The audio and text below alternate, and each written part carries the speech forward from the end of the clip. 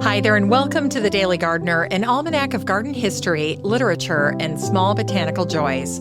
I'm Jennifer Eadling, and today is March 26th. Some people don't just enjoy nature, they are claimed by it. They follow plants into fields and gardens, up hillsides, through seasons and decades, until what begins as curiosity quietly becomes a life's work. Today's stories are about people like that, people who found their purpose outdoors, in plants carefully observed, places fiercely protected, and work done with patience, devotion, and a sense that the natural world was asking something of them in return. Here's today's garden history. It was on this day, in 1516, that the Swiss naturalist and botanist Conrad Gessner was born in Zurich, Switzerland. Before the books, before the illustrations, before the Latin names and lasting legacies, Conrad was a young man compelled by living things. He belonged to a generation standing at a turning point. For centuries, natural knowledge had been inherited, copied from ancient texts, trusted because it was old. But what came next was different. Knowledge gathered by walking, by looking, collecting, and drawing what was actually there. Conrad knew what gardens were for. He understood what it took to tend them, the patience, the trial and error, the long attention to growth and change. In 1561, he published De Ortis Germaniae, a sweeping survey of private botanical gardens across Central Europe. These were not ornamental displays. They were working gardens, places where plants were tested, exchanged, grown far from their native ground, and carefully recorded. Conrad didn't merely describe these gardens. He shared their concerns. In his own Zurich garden, he cultivated plants that Europeans still approached with suspicion. He observed tomatoes closely, noting their color and scent, and recording plainly that despite their reputation, they were not harmful to eat. He also studied tobacco, and he grew the prickly pear cactus, then known as the Indian fig, a newcomer from the Americas, watched carefully as it adjusted to foreign soil. But Conrad's deepest devotion pulled him upward. He was among the first people to study alpine plants seriously, not from specimens brought down to him, but by going to them. He climbed.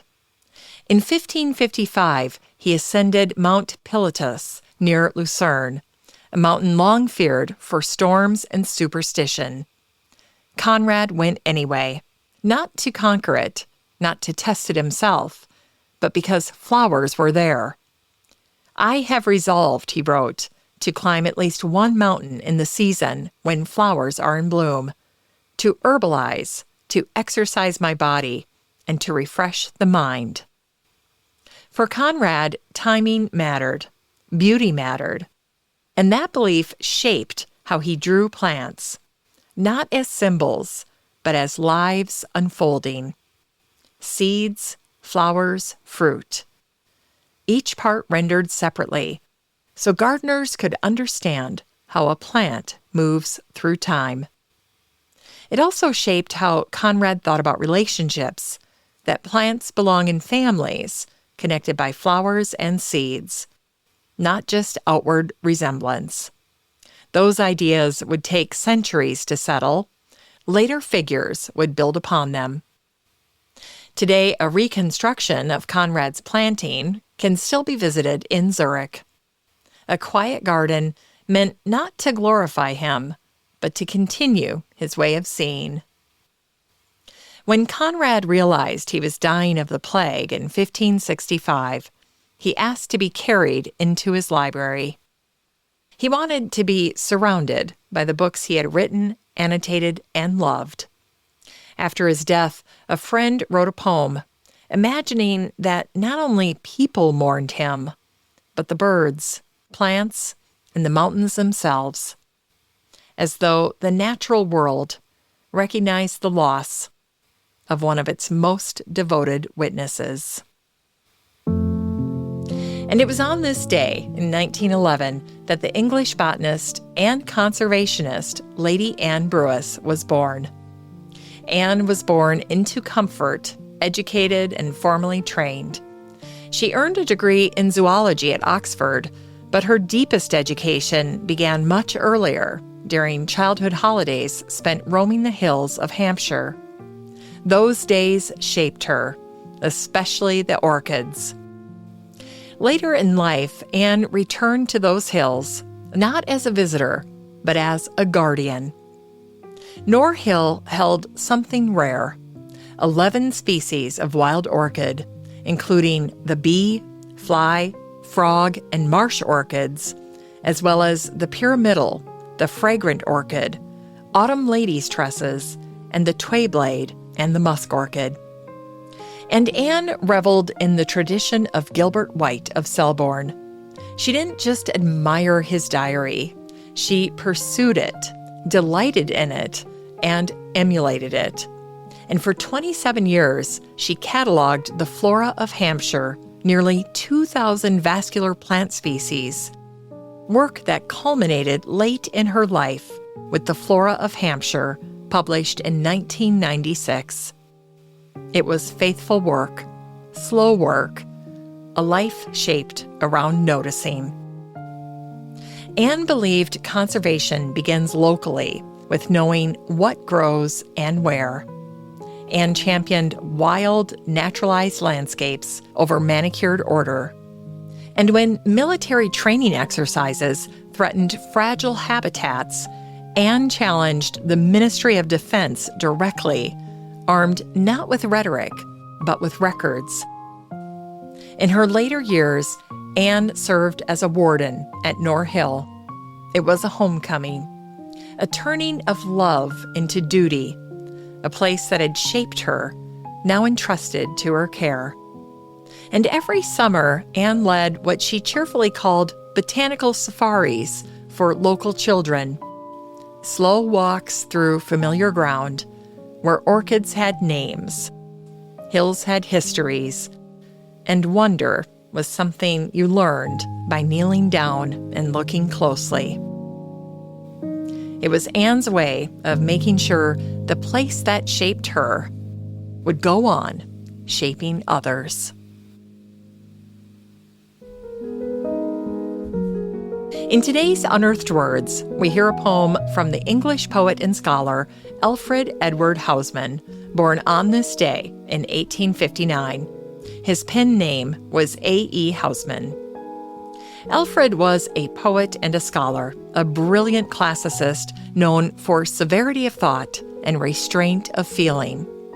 That might be because he knew true sorrow at 12 after the death of his mother. He wrote about unrequited love, about loneliness, about being out of step with the world around him, not as confession, but as recognition. In Fields and Seasons, Alfred found a steadier companion than people had ever been to him.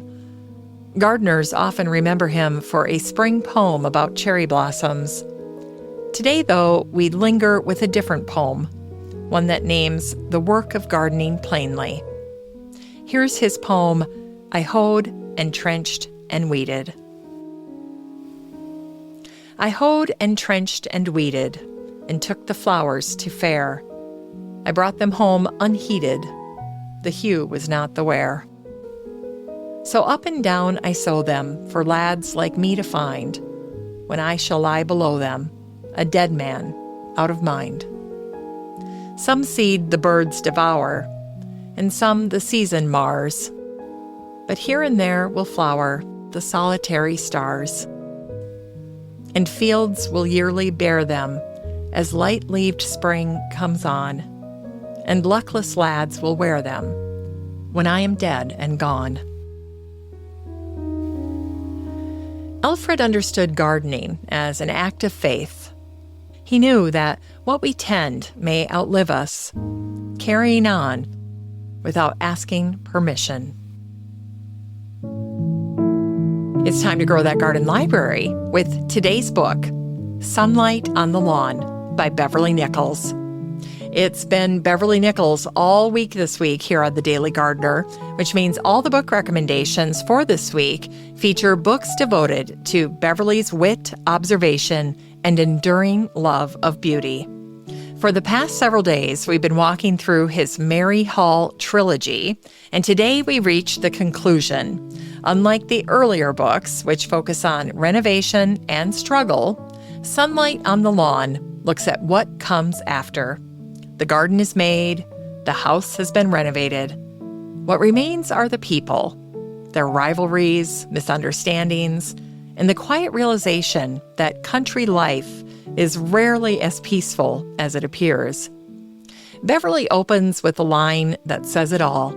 What a peaceful place, you might say to yourself, and be entirely wrong.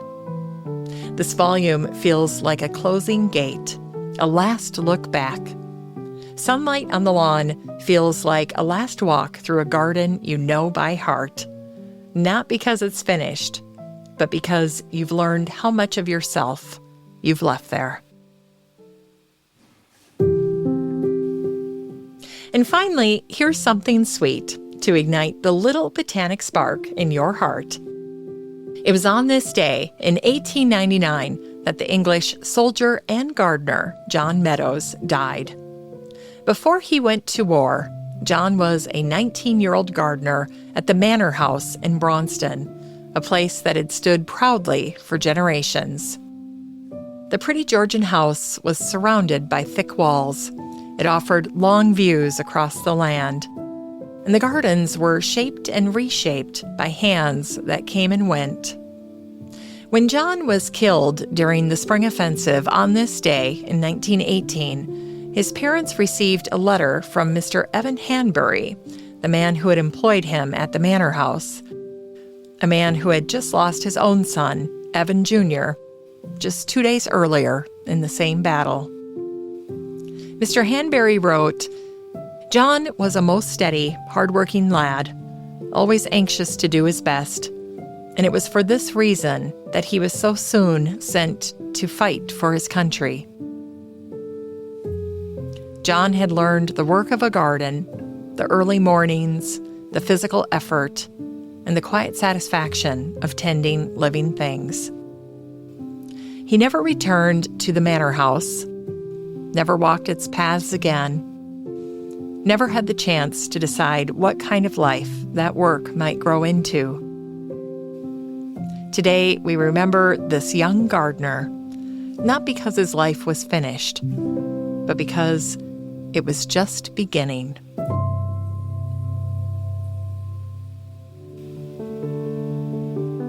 As we close the show today, remember, it's a mystery how some people find the garden and know immediately that it will save them.